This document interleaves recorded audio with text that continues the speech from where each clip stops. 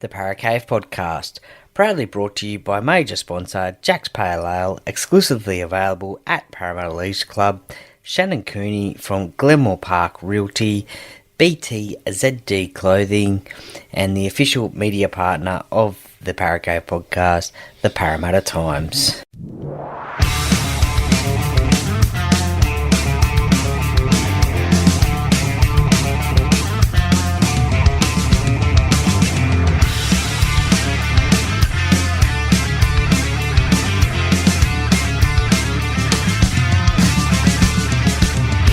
Welcome to another episode of the Paracave Podcast. And now over to your host, Troy Warner, broadcasting live from the world-famous Paracave.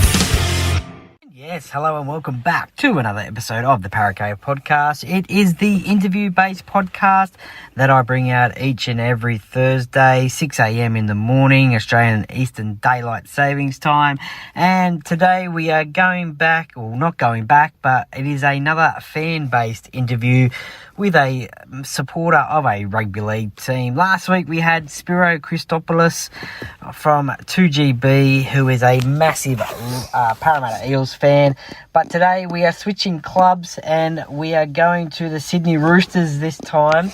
And the fan that I have interviewed, and which you will hear from very, very shortly, is Thom Lowther. Now, Tom, also, you will know him and his face and his voice from his Instagram page, TikTok and Facebook as well, Retro Rugba Leeg. So check that one out and give it a follow. He is a massive Sydney Roosters fan, but also he is also into rugby league merchandise. Most specifically, probably rugby league jerseys, but also merchandise in the way of hoodies and t-shirts and hats and the like. So give his page a follow. He brings out some great content each and every day. Also has some inside, I guess you could call it inside information, but also help from major companies that are bringing out rugby league merchandise across all clubs. So stay tuned for that one. But also gives tips and tricks about buying and selling rugby league jerseys. Also how to clean them up as well, which you'll hear through the podcast as well. But yeah, follow his page on Instagram, TikTok and Facebook, and follow his page and his tips. A great content creator, and he put the call out on Instagram the other week about podcasters like myself if they wanted to have a chat with him. So I put my hand up. I said, let's do it, let's have a chat. And we did this one a couple of weeks ago now, and look, it turned out great. We talk about his love for the Roosters, favourite players, games, moments. Also, he's got a killer Brad Fittler tattoo story as well. So an amazing story. The pictures are in the promo video. So if you have a look at the promo video, the pictures of the Brad Fittler tattoo are in there. He tells a story about how he got the signature, and it's a cracker. So thank you for telling that story. So thank you for talking to me, Tom. I really appreciate it. And as I said, follow his stuff. He's a follower of mine, and I really appreciate that. So this podcast wouldn't be brought to you without the help of the sponsors. So just a quick shout out to them again, as you heard them at the top of the podcast. Jack's Pale Ale, exclusively available at Parramatta League Club, Shannon Cooney from Glenmore Park Realty, BTZD Teamwear, and the Parramatta Times, the official media partner of the Paracave Podcast. Now, look, enough of me talking. You don't want to hear me. You want to hear the interview with Tom. So, look, let's get into it. And as Hindy says, get a beer, coffee, whatever you want. Sit back, relax, and enjoy. And let's get straight into it. And today on the podcast, I've got a very special guest. And look, he put the call out on Instagram that he'd love to come and share his story about rugby league or Rugby League, and also his support for rugby league, and also his tips and tricks and what his Instagram page is all about. So welcome to the Paracave Podcast, Mr. Thom Lowther, or better known as Retro Rugba Leeg. Thanks, Troy. It's good to be here, and shout out to all the listeners there at the Paracave Podcast. Wish I could be there in the Para Cave, but unfortunately here in the Sunshine Coast. Well, one day, if you're ever down in Sydney, we'll try and arrange a face-to-face hookup, and you can definitely check that one out as well. And look, we mentioned before you're wearing a North Queensland Cowboys jumper, and I really appreciate that because, as you said, it was the closest thing you had to Parramatta stuff or blue and gold. So, I really appreciate that, mate. No, that's all right. I try to keep the jerseys coming in, but often they'll come in and go. So I've had a few Para jerseys, but none in stock at the moment. This is the best I can muster up for you. Yeah, well, Para fans are pretty fanatical when it comes to supporting their team, and Para merchandise really gets sold really quickly. All right, let's get into it. Let's go back to the start. How did you start supporting rugby league? Yeah, so neither of my parents or my family are really into rugby league, my immediate family, but my grandparents were. And so I kind of grew up watching particularly State of Origin with them and early kind of football games. One of my kind of great aunties was a big St. George fan, Auntie Dot. She actually made a doll of me when I was a kid in a St. George jersey. Okay, nice. And so I just kind of really loved the mythology of rugby league. I mostly grew up away from Sydney. But to me, Sydney was this mythological place that was divided up by rugby league teams. I knew where everything was in Sydney by the rugby league teams that were there. And so it was the myth, the stories, the tribalism, that's what really drew me into rugby league. I probably got into it really personally, probably around about 99.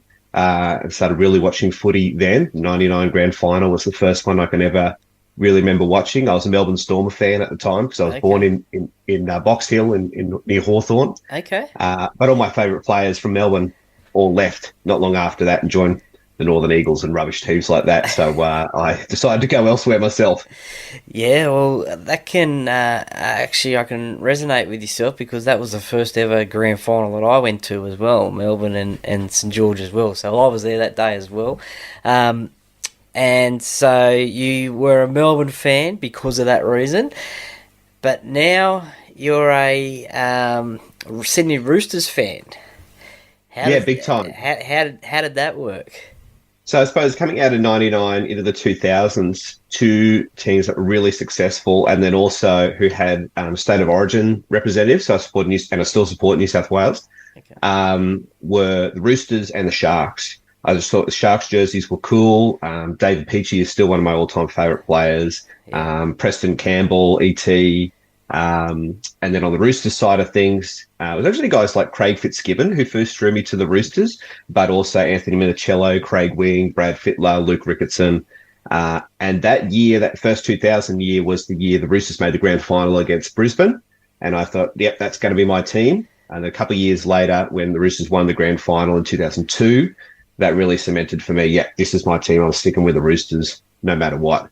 I think I got a Roosters watch that year, and that was like my thing. That meant I was sticking with the Roosters no matter what. Nice. Now, you mentioned you're up on the Sunshine Coast and you support New South Wales. How does that go during Origin time?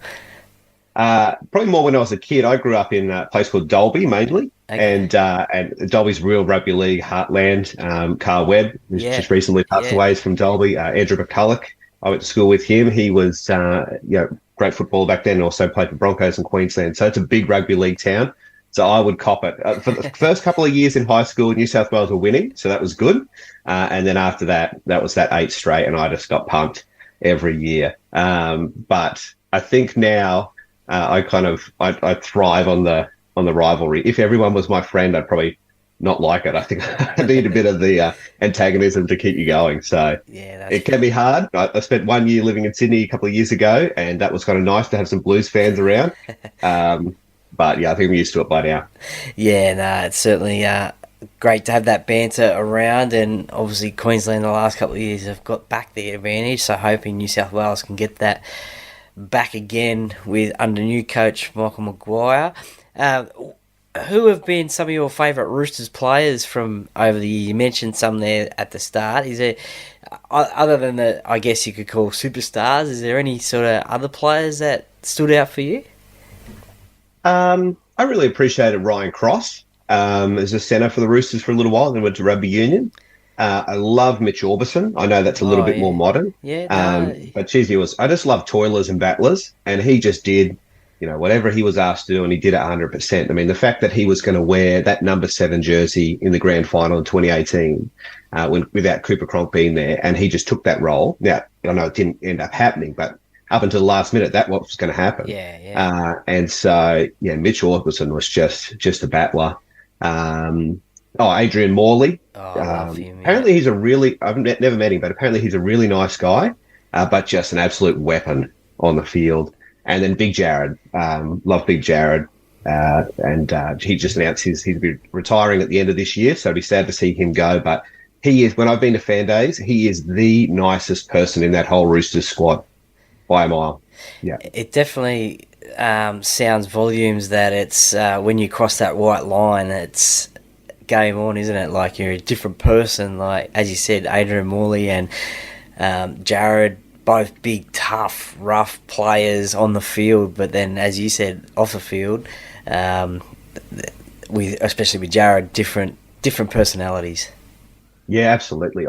I don't understand it personally. I can't do that. I have to be the same everywhere. But yeah, I was just astounded that I went to a Roosters signing day back in 2015 at East Leagues Club at Cooperoo in Brisbane. And he was there and he was so polite. He was calling all the lady managers auntie. He was by far the nicest gentleman on that field. And so, credit to him. Yeah, great stuff. But take out the grand finals. What is one of your favourite Roosters game memories? I think, look, anytime we beat South Sydney, I hate South Sydney. I run this kind of rugby league store, and I try to be as impartial as I can. And I've got some great South jerseys coming, and so I want to keep South fans somewhat on side. But geez, I hate South Sydney, so I just love to see them get flogged every time. I think it was in the run to that 2018 grand final. We beat them in the finals. Oh, maybe it was 2013 leading up to that final series. We beat them in either week 1 of the finals or the week before the finals and really pumped them, and that just got us really primed to go. But last year, beating South Sydney twice, had a pretty shocking start to the year last year, but to get Souths early when Brandon Smith actually played well in that game and to get them late, you just love seeing that red and green in the lower end of the ladder. Yeah, every team supporters definitely has those rival sides that they love to beat. For me, it's Penrith at the moment, so hopefully we can get them in round 2. Now, you're obviously a jersey man, but take out the jerseys, is there a favourite piece of Roosters memorabilia that you have in your possession? Look, I'm not actually that big of a collector myself. We'll get into this in a bit, but that's actually how I got started. I had a little collection that I started selling off. I really only have one jersey that's of note, and I have a 1998 Roosters Sydney City away jersey, which is I took the signatures off recently in a series of videos. It's the first cotton jersey that I did a signature removal on. That's my really only one cool, actually worth something bit of Roosters gear. I've got a few of the newer jerseys, and I've got that 02 Heritage jersey that came out in 2022, which I really like. But in terms of things that are worth stuff or cool, that's probably the main thing. I do have somewhere a Jake Friend doll when Coles was doing those dolls. Yeah, I think so. Yeah. Both I've got the big blow up one, which sounds a bit weird, and the soft plushy one. One of the kids from church actually bought me. But yeah, that 98 jersey is really the only thing that's cool and of some inherent worth. Yeah, I think I had a Kieran Foran, one of those blow-up dolls that they sold, and somehow I think he got a hole in him, so he's somewhere in the Para Cave, but obviously not blown up. But so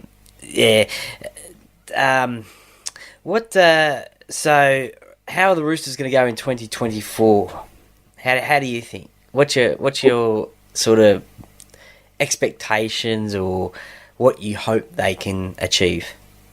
It's really tough. For the last 3 years, they, on paper, were grand final winning teams.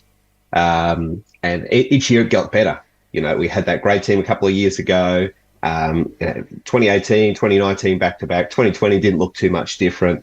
I think it was 2022 where a lot of people are saying, yep, Roosters going to win this comp this year. Last year we had Brandon Smith come on board. Oh, that's the linchpin. That's going to get us there. This year, it's a better squad again. Spencer Lingu's there. Dom Young, questions about his neck and stuff, but that should be a grand final winning side. So it's hard to put an expectation when you've had a top tier expectation for the last couple of seasons, and they've kind of under-delivered a little bit. So every year I say I think the Chooks are going to win it this year, and I think they can win it this year. There's just got to be some things that need to click. By all reports, Brandon Smith has been training the house down, so I'd love to see him go. I really like Billy Smith at centre. I know it's controversial because we've got like on those 5 players to fit into 4 positions. And I love Daniel Tupou. I think if Dom Young is the man, then Daniel Tupou is the weakest link in that chain. But then in that trial, geez, he played well. But I just really think Billy Smith is just a kid from the East who gets it. I actually met his dad at their Palm Beach RSL one night, and he's just been so unlucky, but he's stuck with it, and Trent Robinson really likes him. And he really showed what he's got last year. I remember I went to the game. Roosters played Brisbane at the Gabba because the Women's World Cup soccer was on, and so the league games got shifted. And in a losing side, Billy Smith was the best player, certainly in red, white and blue, and close to one of the best players on the field that night. And so he's really got something in an underrated sense that I think could spark them. I could go on all day, but I think we'll wait and see. They should do big things. If they don't finish top 4, it's a disappointment, and they really should be in a grand final and winning it. What do you think? What are your thoughts on their start to the season? Obviously, they're one of the 4 teams that are going over to Las Vegas. It's never been done before. How do you think that's going to go in terms of when they get back? Do you think it's going to be a little bit of an interruption to the season? Lucky it's at the start of the year. I don't think so, because the Roosters have had a habit of late of going overseas pre-season. Okay. They've done a couple of pre-season camps in New Zealand. A couple of years ago, they did, I think, in and around the World Cup, did a bit of a tour around England. So they've got a habit of going back and forth and World Cup challenges and things like that in the past. That's not their worry. They've got an issue of slow starts in general. Okay. Almost always, if you're going to have a bet, you bet against Roosters round 1. And so I would love to see them beat Brisbane, especially there's a lot of Brisbane fans around here. I would love to see them pump them in Vegas. I don't think that's a problem for them. The bigger issue is they've had a habit of starting slow, and I get why, because Trent Robinson cares about the details, not about the result.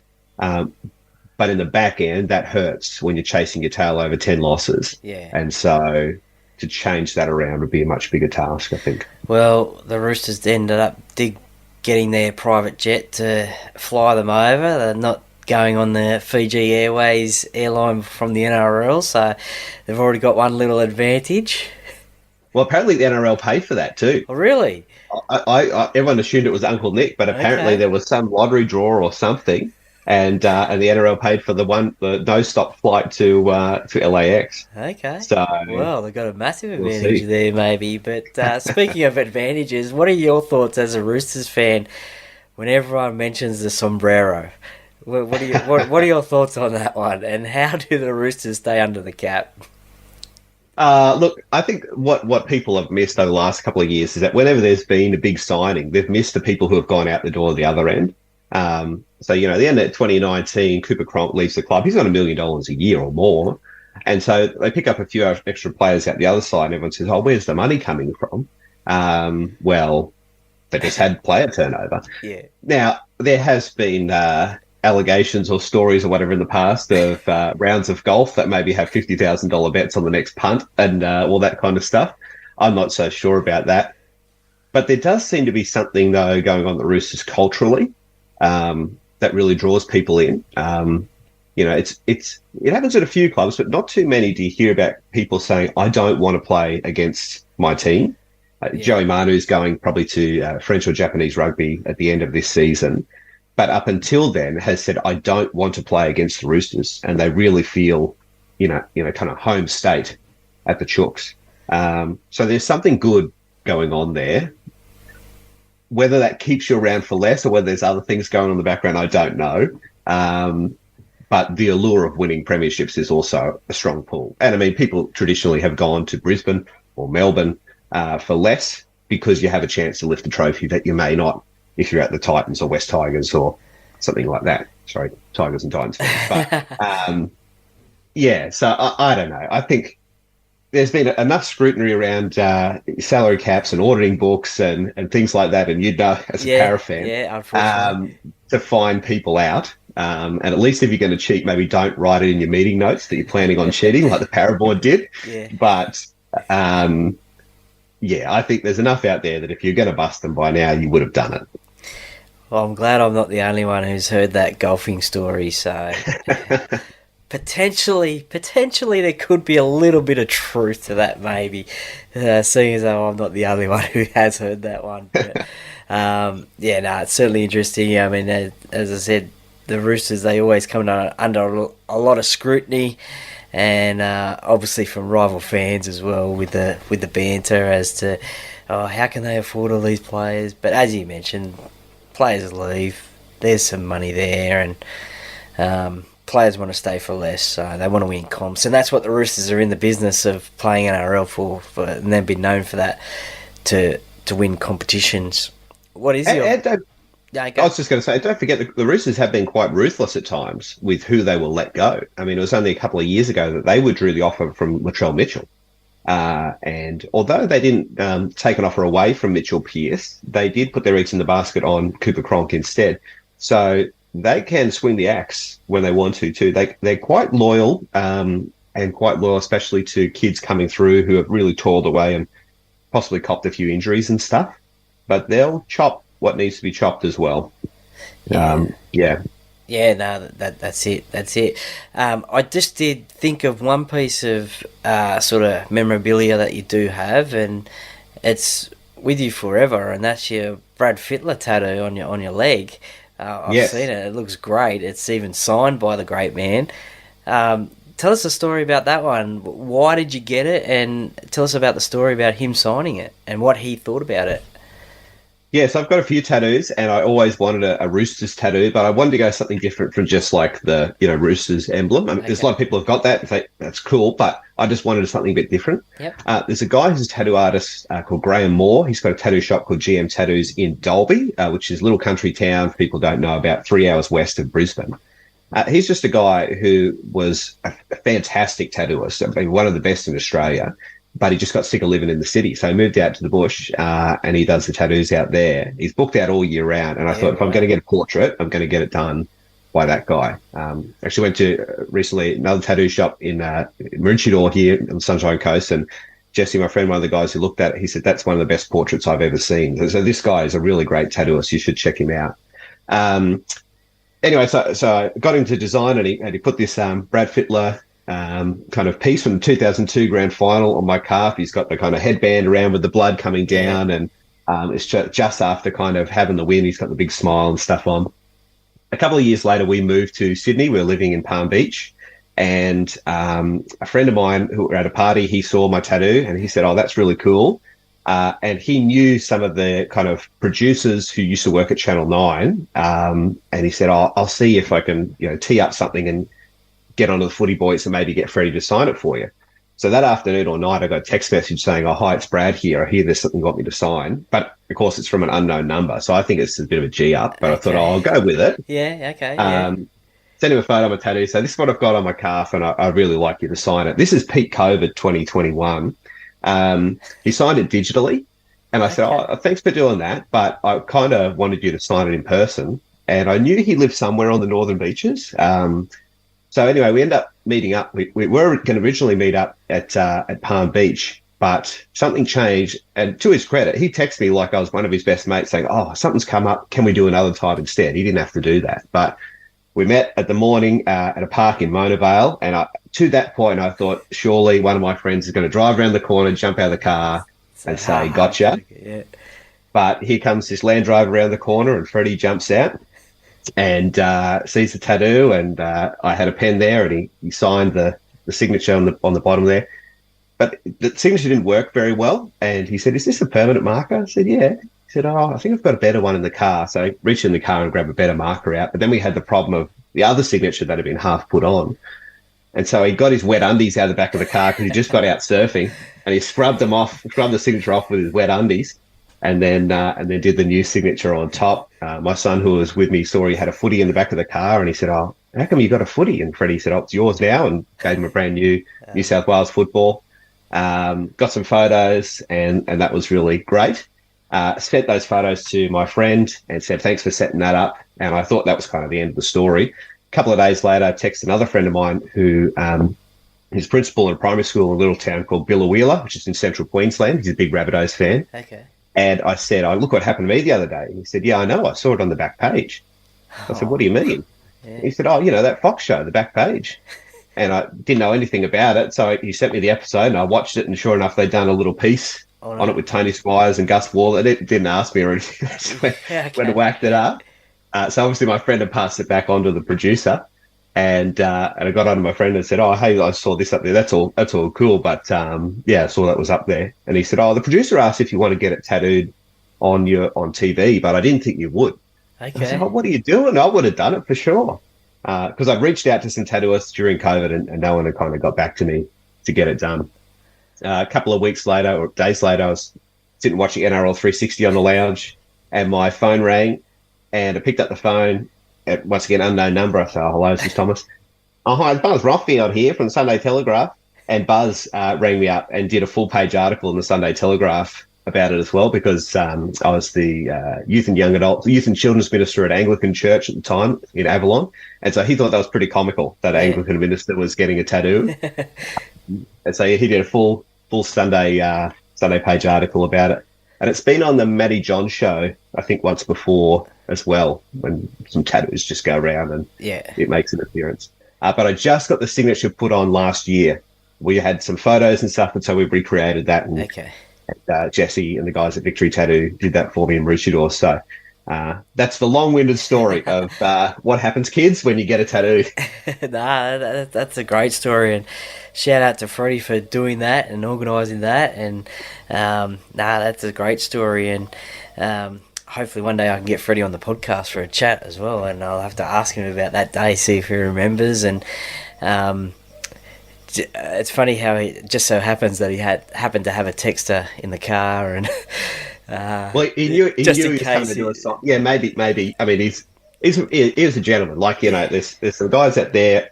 I often say, don't meet your heroes, and I've had some bad experiences, and so typically I don't. When I see footballers or whatever, I don't go up to them. I kind of a bit shy and whatever.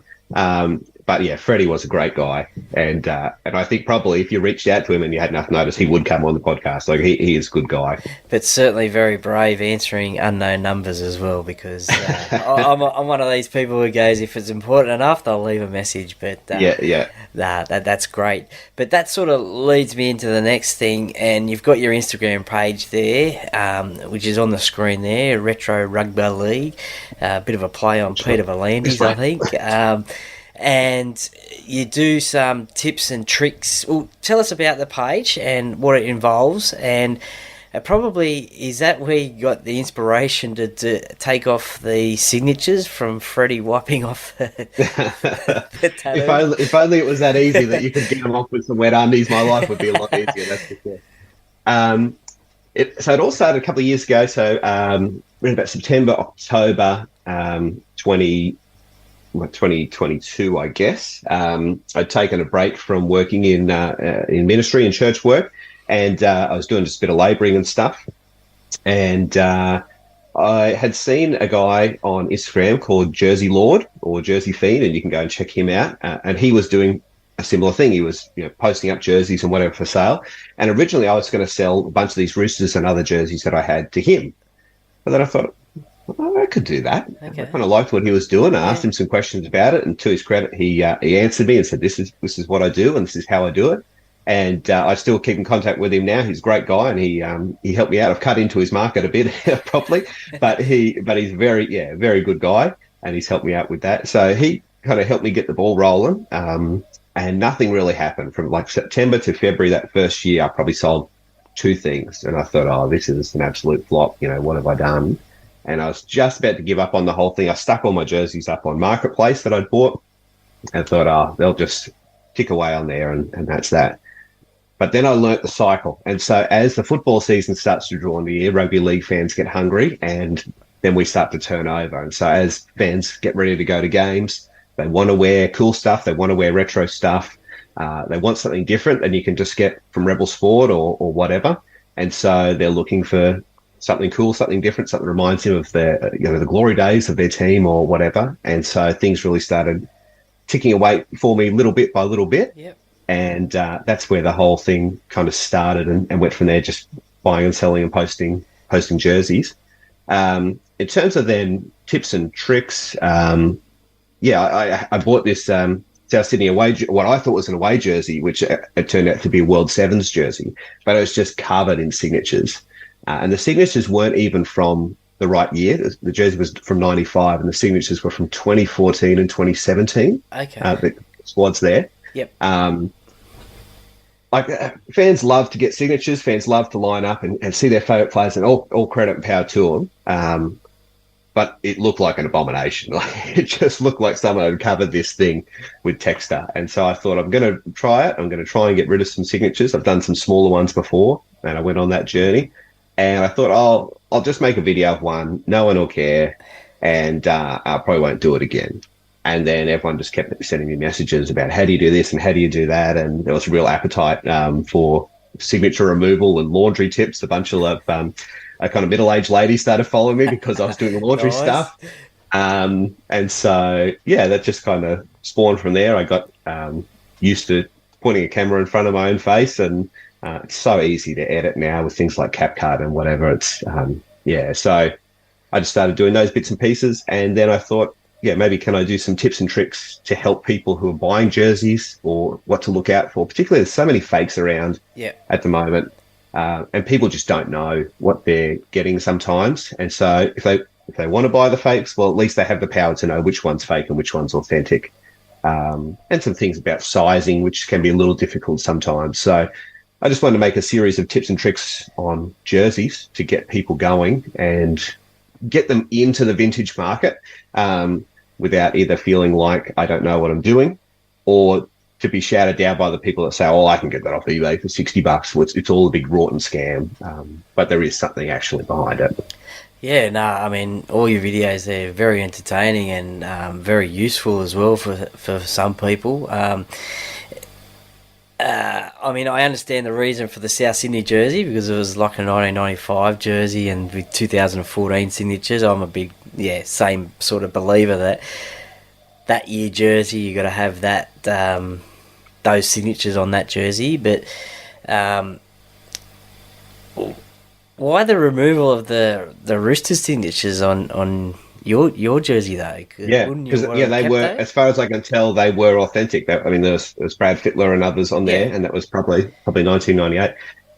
There's been a trend probably in the last couple of years amongst kind of collectors and just buyers of jerseys to switch away from buying things that you hang on in a cupboard or put on a wall to buying things that you want to wear. Okay. And so people don't like to wear signed stuff. True. So I don't actually mind it that much. The jersey that I took the signatures off, I did wear, and I wore it to church, wore it around town, wore it to the shops, whatever. But some people are really offended by people wearing signed stuff. I don't know. If you post about it on Facebook, they will tee off on you. I mean, they really hate it.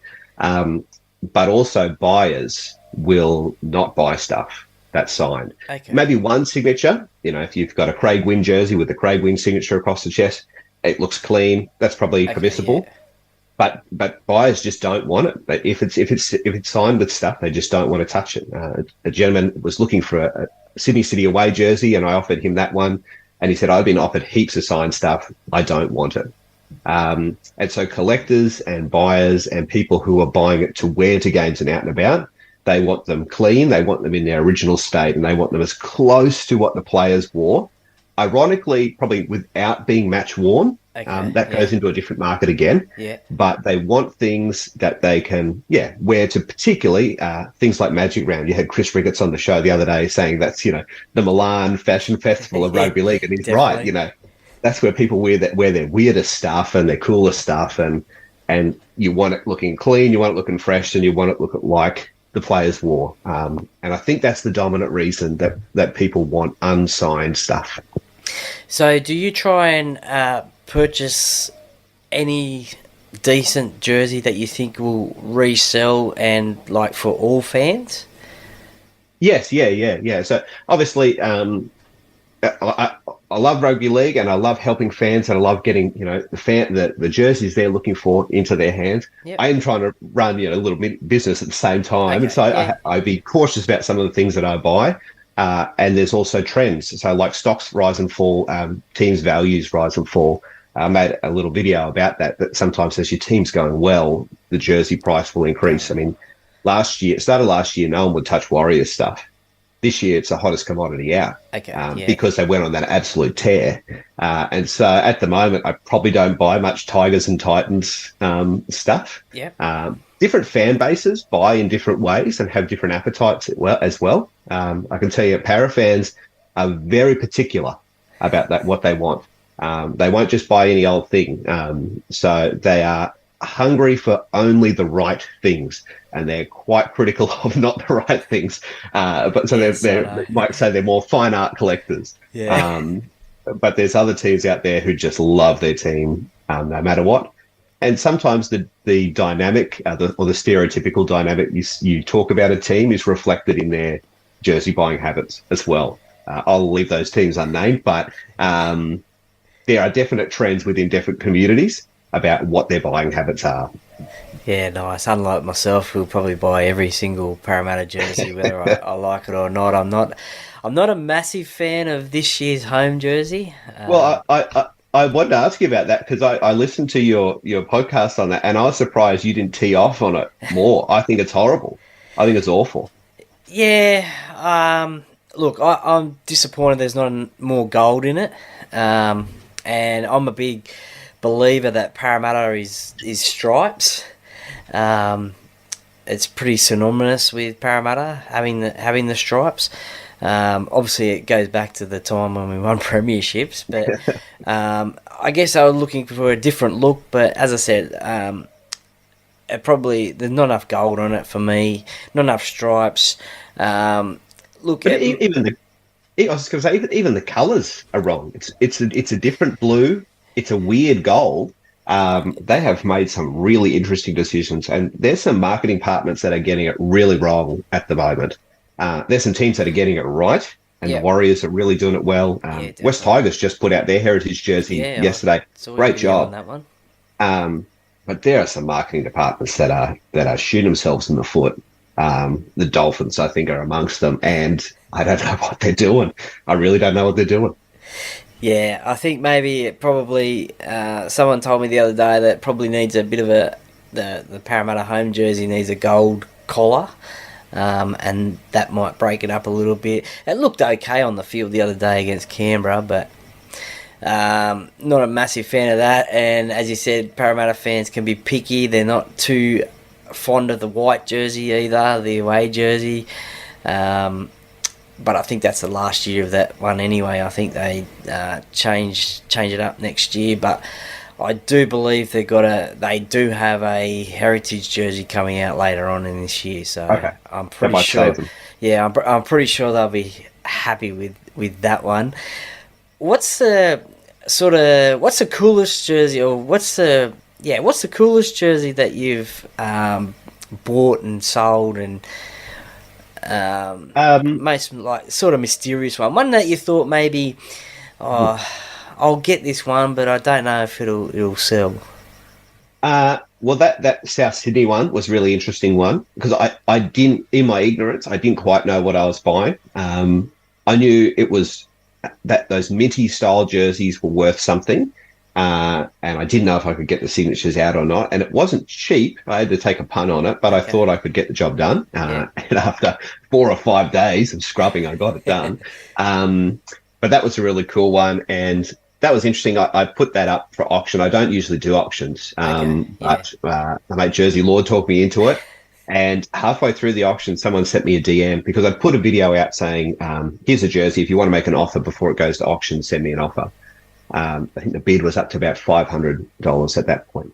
And someone sent me a DM saying, I'll give you $1,500 for it. And that's a lot of money. But I said, I'm sorry, like the auction's already started. I've got to keep things fair for everyone, and you've got to play through, the auction thing. I don't even think they end up putting on a bid in the end, and it went for a lot less than $1,500. Okay, wow. But yeah, that was just a kind of cool journey to go on to kind of find out the history of that jersey as I went along. You had Chris Ricketts on the show a little while ago. He talked about an Adelaide Rams Super League jersey. Yeah. I sold him that jersey, and that was a really cool one. It came from New Zealand, and I really like this one at the moment of the Cowboys stuff. I really like this Super League design, and so it will be up for sale. But geez, it fits me well. So I'm not a Cowboys guy, but it's just a cool jersey to wear. So I think that I had a Crushers for a little while. 95 or 96 Crushers. I wore it for about 15 minutes because I was so afraid of getting it dirty or ruining it that I couldn't do it. But it was cool. It's so daggy with that poo brown and the blue. But that's what makes it cool. And so it's interesting to think some jerseys that we hate on right now, like the new Raiders alternate one, which I think is an abomination. But in a couple of years' time, people will probably look back and go, oh, that's so ugly, but that's so cool. That's it. I'm sure probably some of the former players that play for the Crushers probably would want to try and get their hands on a jersey because you don't see those around anymore. Yeah, every now and then one will pop its head out, and they'll pop up in a Magic round or something like that. Same with the old Brisbane Rugby League jerseys. The early teams like Redcliffe and Valleys and Winner Manly, Brothers. Those jerseys are really sought after at the moment. And every now and then one will pop up, and that's cool. Like I've got one of the Dolphins retro reprints with a big Colonel on the front. Oh, nice. It's not an authentic, but it's just a cool jersey. But geez, they would have been a punish to play in. Heavy cotton, 3/4 length in Brisbane heat. Oh, no thanks. And then probably in the rain as well. That'd be even worse. Oh, yes, and kicking a leather football. No wonder those Queenslanders are so angry. That's it. What about jersey sponsors? Who's been some of your favourite jersey sponsors, or does that play a part in people buying jerseys as well? I think it does. I think... Yeah, I've been seen as probably a bit of a shill for the Warriors of late because I'm just loving everything that they're putting out at the moment. But when jersey sponsors get on board with the design team, geez, things work a whole lot better. I mean, the fact that 1NZ stepped away from that middle jersey sponsor for the 2024 Heritage and let the Warriors put just NZ Warriors in the old DB Bitter font, that is huge. Yeah, that is a very rare thing to happen. It's also great when sponsors get on board and design their sponsor kind of logos in league with the jerseys. So the Roosters have had Steggles for the last couple of years, and they've made that really fit with the design. They've made the colours fit. Then you get teams like NIB and the Knights that just seem to have been at odds for years. Like they just stick this big green block or a big green pill in the middle of the jersey, right where like the lines start to flow. And it doesn't make sense. I don't know what's going on. But just change the colours, mix it up. I mean, with the State of Origin jerseys this year, Queensland have got Westpac as well as New South Wales. Queensland have got a white Westpac which blends in great with their jersey.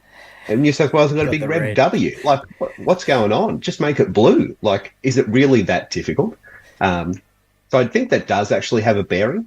But sometimes a sponsor comes along and just puts their ordinary sponsor on top, and it brings the jersey to life. Like I've got a 2000 Bulldogs jersey up for sale at the moment with the Synovus vitamins on the side. Yeah. This is like the Darryl Halligan era. You've got the black box with the like fluoro green lighting. Geez, it looks good. Like it's nothing. It's just the logo, but it actually brings it to life. People remember, the Smith's crisps in the middle of South Sydney jerseys. People remember James Hardy in the middle of Para jerseys. Like some of those sponsors actually really improve it and make that. City Forward for the Roosters and other things like that. It really is like an integral part of the design that I don't know what happens behind the scenes there sometimes and how those decisions get made. Maybe it's sponsors are really pushy, I'm not sure. But I think it does actually have an impact on the longevity of those jerseys and whether they will continue to sell well, whether they're received by fans well, and the longevity of those partnerships between clubs. Yeah, I actually mentioned the other day, I thought maybe on the 2024 home jersey, the sponsors could be in gold. And that added a bit more gold to the jersey as well, and instead of white. I think that might look better. I mean, I understand from some points of view that sponsors want to be seen, and so they don't want to just blend into obscurity. However, like take PointsBet, who are sponsoring the Manly Seagulls this year, they've got away from the red for their jersey sponsor on the home and just made it white. They got their turn for the away jersey. They've gone red and black on that. Yeah. When those partnerships work well, I think it actually makes it pop and people take notice, or certainly nerds like me do. And so, I think teams should work together well. But and I think for a heritage round where they're probably going to wear it once, then I think one round a sponsor can give up their sponsorship, like probably the Warriors are going to do, give up their sponsorship for one game, because I mean, at the end of the day, everyone knows who sponsors the club throughout the year. And I'd argue that it's actually been a massive marketing campaign for One NZ. I mean, their jersey sponsor is actually still on the jersey on the back. That's right. Yeah. But they got to do a whole spiel, and the CEO, whoever he was on the marketing material with the team over that exact point. What a play! Yeah, it makes them look better. So get on board, and you'll actually have a good time. But that's it. Whatever. Maybe increase some profits for them as well. That's right. What's a good? I mean, obviously, all your tips are on the Instagram page. What's a tip that you can give listeners for? What's a quick tip you can give listeners for buying jerseys and for sure? Yeah. Yep. The biggest one by far is jersey sizing. So when people look at their shirt and the back of their neck and it says extra large, and they look at a jersey on the screen and it says extra large, they assume it means the same thing. It almost certainly does not mean the same thing. So the biggest thing you can do is, if you're looking to buy a jersey, is you ask for the pit to pit measurement, which is the measurement from one armpit to the next across the chest. And you take that measurement and you compare that to a jersey at home that fits you well, or that fits you a bit baggy, whatever you'd like. And then you put those two sizes together to figure out whether it actually fits you or not. Different makes of jerseys fit differently, particularly anything made by Peerless or Lenco always fits smaller. And then different eras as well. So if you buy Nike stuff from the 90s is always a bit larger. A small in a Nike might actually be more like a medium or a large. Okay. Extra large might be more like a 7XL. The sizing, and depending on the trends, I mean, you remember Robbie O'Davis running around in the nights looking like he was in his pajamas with those sleeves coming right up to his wrist. So that's the biggest tip. People often ask me, will this fit? And I say, go and measure your jersey at home or your shirt or whatever fits you well. Compare it to this size, and that will give you the biggest or the truest measurement. Yeah. Nice. I know Parramatta's sponsor, clothing sponsor, apparel sponsor, Macron, their sizing can be a lot up and down. So that's probably a good tip there that you've given. What do you think is the most iconic jersey that we've seen from over the years? Ooh. Which one sort of stands out in the memory of yourself? Ooh. From a particular team or just anyone, anywhere? Any team. Any team, anywhere. Maybe a couple. So selfishly, 2002 Roosters jersey is a pretty sought after one by Roosters collectors. It's pretty simple, a strange kind of Western Union logo across the front and City Forward on the sleeves.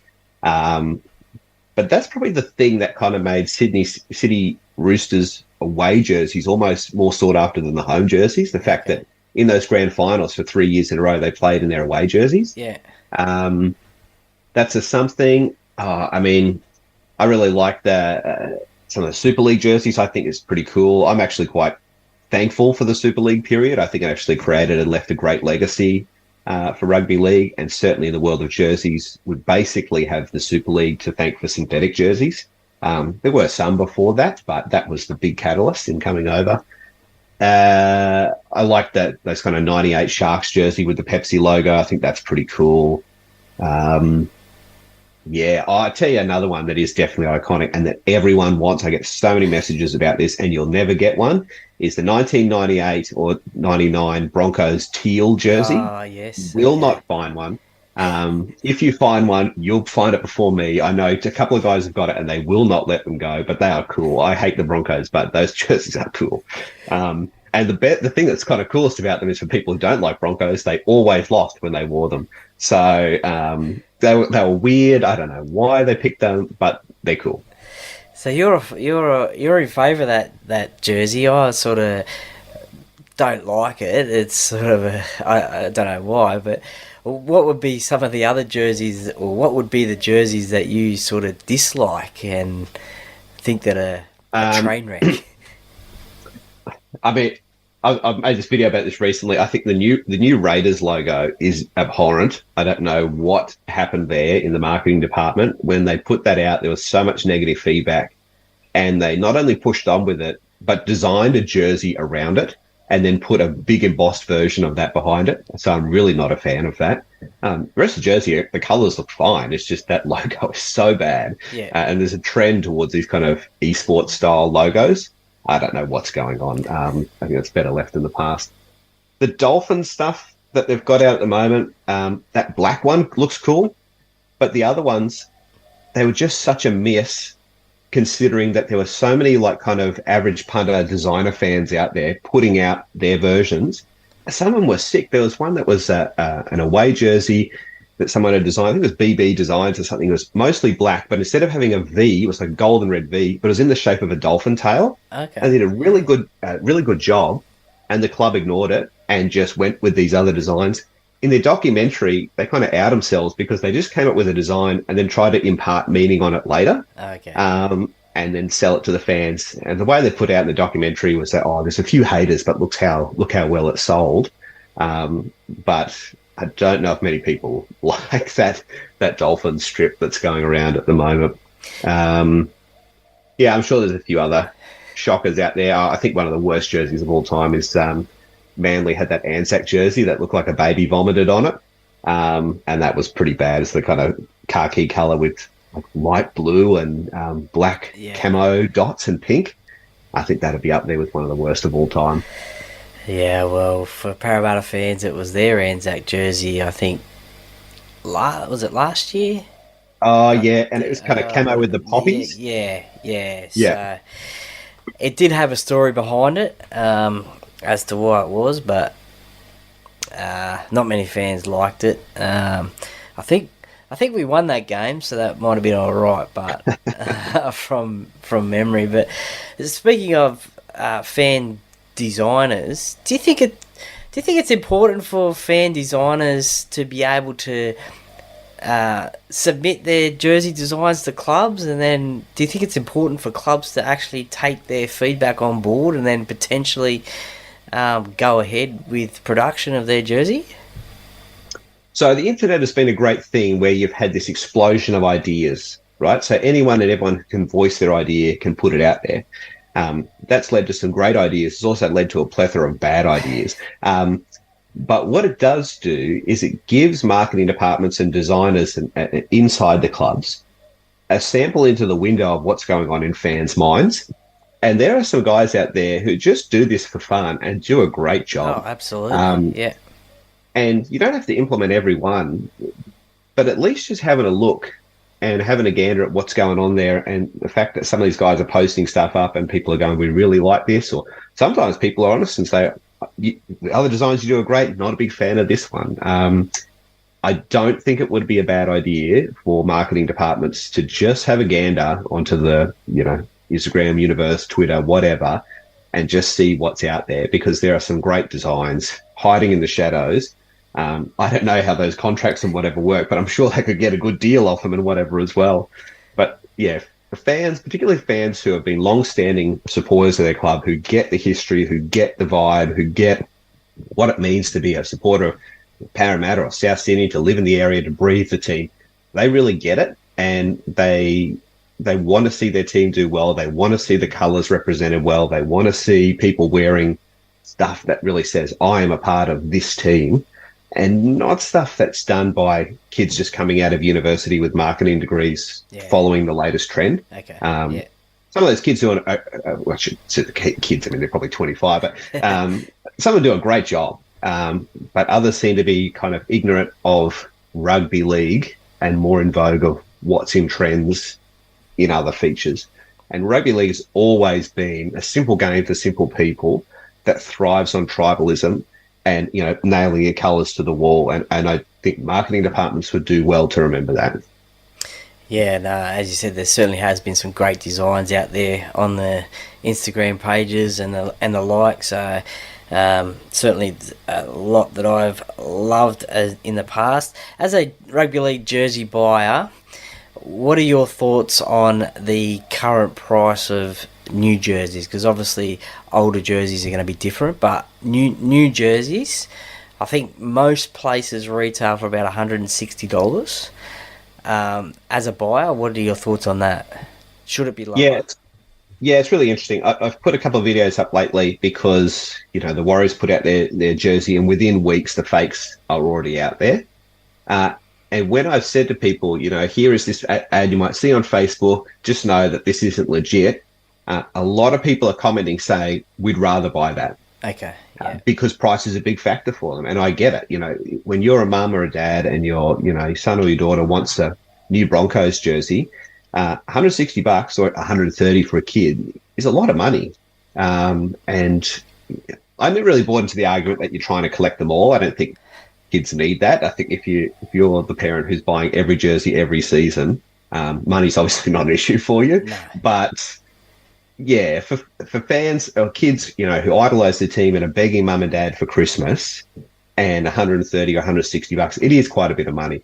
I don't understand how that figure comes about in terms of money that goes back to the club, money that goes to the NRL for licensing, and the cut for manufacturers and resellers like Rebel Sport. But I know that there are teams, someone sent a message the other day, Central Queensland Capras in Rockhampton are putting out their jerseys for fans to buy that are very similar to what the players wear. I think they're $70. Wow. So it can be done at least, I would think, at $100 value. Yeah. In defence of them, the price hasn't really changed much over the last couple of years as inflation has risen. True. So that's something. But yeah, I don't have that many jerseys, and that's namely why I'm too povo to keep shelling out all the cash to buy them all the time. So I sympathise with fans. I would still urge people not to buy the fakes, because at the end of the day, you're choosing to put money in a Chinese factory owner's hand, and you know, someone who's stealing the club's intellectual property instead of the club. Yeah. I get why people would do it. I would urge people not to, and certainly if you have any notion of reselling in the future, fakes are worth nothing. But I would understand why people are doing it, and I think the NRL would be very clever to come up with a strategy to lower that cost. Or maybe just give out, you know, jersey discount vouchers for kids or something. Something I think has to change there. Yeah, no, I think that's a great idea. Luckily, I've got mum who looks after me for Christmas and birthday presents, so I don't usually have to fork out that much, so that's good. But yeah, no, definitely could come down a bit. I think, thankfully, they probably won't rise. As you said, they have stabilised for the last few years. So I can't see them going much more than 160, to be honest, for an adult's jersey. Yeah, just simply because that'd be too much, and then nobody would be able to buy any of them. We'll do our quick top 10, and you can elaborate on this if you want to, but tomato or barbecue sauce stored in the fridge or cupboard? Ooh, I'm probably a fridge guy because I like the juxtaposition between, say, the cold sauce and the hot meat pie. Okay. So I'm probably a fridge guy. Nice. Pavlova, Australian or Kiwi? Well, to me, I had an auntie who wasn't really my auntie, called Auntie Marge, and she made the best pavlova ever. And she was from Sydney or the Central Coast. So I'm going to say Australian. Yeah, definitely. Pineapple on pizza, yes or no? I think this argument has sailed. I don't know why we keep bringing it up. Pineapple has been on pizza since like the 50s. Okay. So the people who keep arguing about it, I don't know what we're doing. Yes, pineapple is on pizza, and it's not going anywhere. I'll change that one then. So scrap that one then. Beetroot on a hamburger, is it a must? No. Turns into a soggy mess. No, no way. Okay. Tea or coffee? Coffee. Yep. Yeah. Star Wars or Star Trek? Oh, Star Wars. Yeah. Yeah, no, Star Trek's for nerds. Sorry, nerds, but can't do it. Arnold or Sylvester? Or Arnie. Arnie, okay, yeah. Yeah. McDonald's or KFC? McDonald's. I'm not a... When I lived in Billow, KFC was basically the only fast food option. Don't hate KFC, but I'm not a massive lover on it. But that kind of cured me of it because it was the only thing available, and so many times I ate it when I didn't really want to, and I don't really eat it at all. But shout out to KFC if they want to give me a sponsorship, you can. But yeah. Well, they do sponsor a few backer jerseys, I think. They do. They do. Penrith and the Bulldogs and a couple other teams, I think. I think St George and Manly, I think maybe. Maybe, yeah. Off memory, but yeah, well, maybe they could... They're in the sponsorship game, so maybe they could sponsor Retro Rugba League. I'm giving a great shout out, but for you, Colonel, I'll change my mind. That's it. Morning or night person? Look, I've probably had to become a morning person. I've got 3 kids, so they're usually up and about by 5:30. I don't really have much choice. No worries. Coke or Pepsi? Coke, I suppose. I'm a vanilla Coke guy, actually. Okay, yeah, nah, same. Seinfeld or Friends? Probably just both a little bit towards the end of my time, or more like I was a kid when I didn't really get maybe either of them. I think Friends is probably more on trend at the moment, so I'll go with Friends. Nice. And the set of 6 questions outside of rugby league. Then, is there a favourite sport that you like? I think I actually really like watching, and they changed providers, so it's not on KO anymore, but the Supercross in America. Okay. That's where they dirt bike racing indoors. There's a guy from the Sunshine Coast, Jet Lawrence, who's absolutely killing it over there in the States at the moment. And that is phenomenal that a little guy from Australia has gone over there and is dominating guys in a US sport that have been at the top for a long time. That's huge. So people who don't know anything about that should go and check out Jet Lawrence, who's just carving it up in the Supercross in the US. Ah, nice. I know... I'm pretty sure former Parramatta CEO Bernie Gurr, he's into his Supercross, and yeah, okay. And he obviously used to go to the old Liverpool Speedway and Parramatta Speedway and stuff like that. So he's all into that sort of stuff. Well, didn't old Parramatta Stadium host a couple of Supercross events in the past? I thought maybe they probably have, along with concerts as well. Paul McCartney and Michael Jackson and.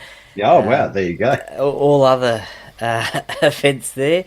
And now it's a multi-purpose stadium, I guess. Yeah. Favourite holiday destination? A couple of years ago, my wife and I went to Vietnam and Cambodia, and we really loved it. I would say anyone who's planning on going on a trip to Bali, go to Vietnam instead. You have a great time, and it'd be just as cheap, but you actually get to experience a different culture. Not just a dirty version of Australia or a cheap version of Australia. So Vietnam, Cambodia, yeah, love it. Nice.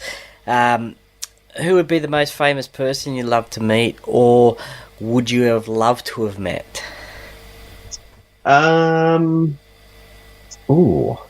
know. I think if it was sitting down with someone at dinner, a person from history, obviously I'd like to sit down with Jesus and find out a lot of things that he thinks about today and stuff like that. In a rugby league sphere, I think I'd be scared to meet a lot of former players. I'm sure they're very nice. You've met a lot of them, but they scare me from afar. Just in the don't meet your idols. I would love to hear more of the stories that guys like Paul Kent and Matty Johns have. They have all these stories locked away that I'd really love to hear. So they're probably guys I'd like to sit down and chat to if they're willing to tell me a bunch of rugby league stories. That'd be awesome. Yeah, nice. What's your specialty dish in the kitchen or on the barbecue? I, up until recently, had a couple of smokers, so I would do a lot of low and slow cooked meats and stuff. So I was pretty good at some of those. Beef ribs is my go-to of those meats. I don't have one of those at the moment, so my other thing would probably like a katsu curry, Japanese curry kind of thing. Nice. I usually ask which 3 former players wouldn't you want to be stuck on a deserted island with and why. Let me see if I could change that. You're into removing signatures from jerseys, so that's a little bit of laundry work. What 3 house chores don't you like doing? Oh, okay. Yeah, okay. I detest simple things like putting laundry on the line. I just really don't like that job. Except if it's a jersey that you need to dry, obviously. Well, that's it. That's the one exception. At least that's only one shirt. Yeah. I really hate packing and unpacking the dishwasher. I don't know why, but I just really don't like it. And mowing the lawn, it's been a pretty sweaty job of late, so they're probably the 3. I don't have a ride on, just pushing it around the yard, so they're probably my least favourite at the moment. Yeah, nice. I don't think the wife likes me packing the dishwasher. I always do it wrong. I put the wrong stuff in the wrong spot. And is that maybe on purpose so you don't have to do the job? Potentially. Maybe. I don't mind mowing the lawn, that's all right. And who's your favourite musician or band to listen to? There's a band I really like called King Gizzard and the Lizard Wizard. I'm not sure if you've heard of them. No. They're an Australian band. They've been kicking around for a few years now. If people haven't heard of them, you should check them out. Start with an album called Nonigan Infinity. But they are a prolific band. I think a couple of years ago, they put out 5 or 6 albums in a year. Wow. And like decent albums, not trash. They've got a wide variety of music. They've done some like metal albums. They've done some kind of soft, folky kind of stuff, some electronic stuff. And they are just everywhere. So you should go and check out King Gizzard and the Lizard Wizard. Certainly a cracker of a name. Yeah, that's right.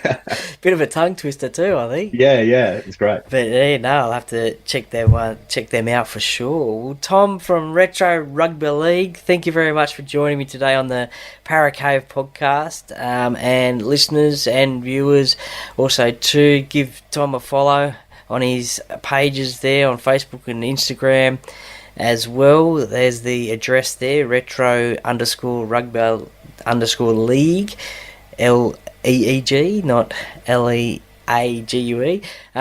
Does some fantastic stuff there, very entertaining videos across all things rugby league, not just jerseys but other things as well, jersey releases, tips and tricks, and also I've seen also some sort of retro footage as well. I think there was a Manly post that you did the other week from 1985 as well, so covers all things rugby league. But if you're ever in Sydney, come and message me and we'll organise a Paracave tour, and when I come up to Magic Round, hopefully we can maybe catch up and say good day and see what jerseys we're wearing. Yeah, for sure. I wish I could squeeze into it. I have I think 2010 State of Origin refs jersey. Okay. And if I was a little slimmer, I would wear that to Magic Round. But unless I get on the Ozempic or whatever those celebrities are on, I don't think I'll be wearing that to Magic Round.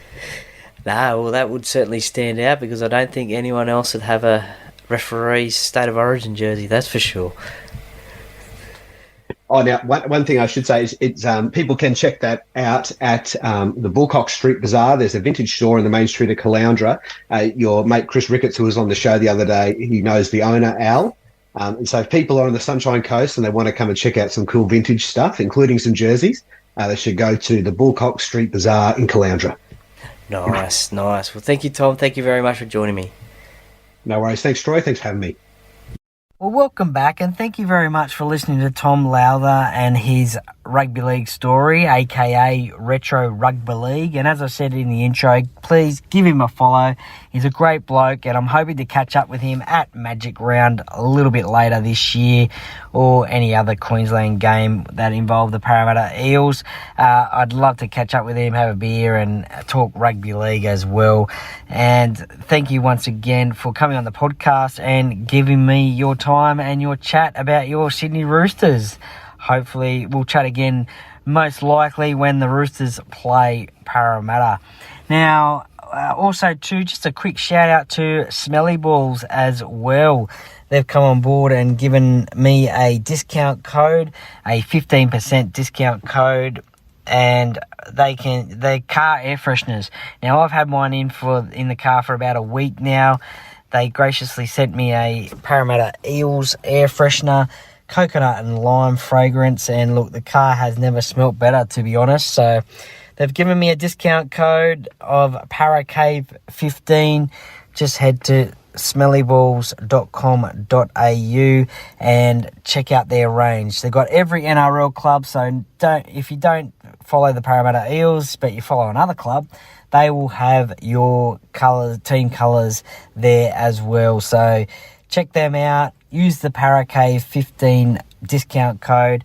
Get 15% off your purchase. And thank you very much, Smelly Balls, for coming on board with that discount code. I really appreciate it. And thank you for my Parramatta Eels, Smelly Balls. Thank you very much for listening to Tom and his rugby league story. Plenty of content coming your way on the Paracave podcast. Game day previews, tipping podcast, Parramatta Eels review games, interview-based podcasts, you name it, it's here. So any breaking news will come up.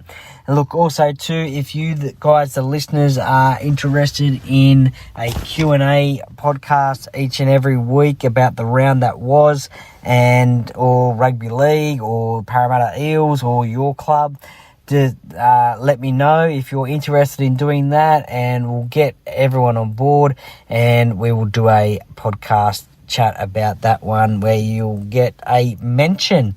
Thank you very much once again for listening to the podcast. Enjoy your footy. It all kicks off tonight, Brisbane versus South Sydney, and enjoy your footy over the weekend. I will be at Bluebet Stadium on Friday night, so if you see me around, come and say good day and let's have a chat. And thank you very much. Enjoy your footy and go Para.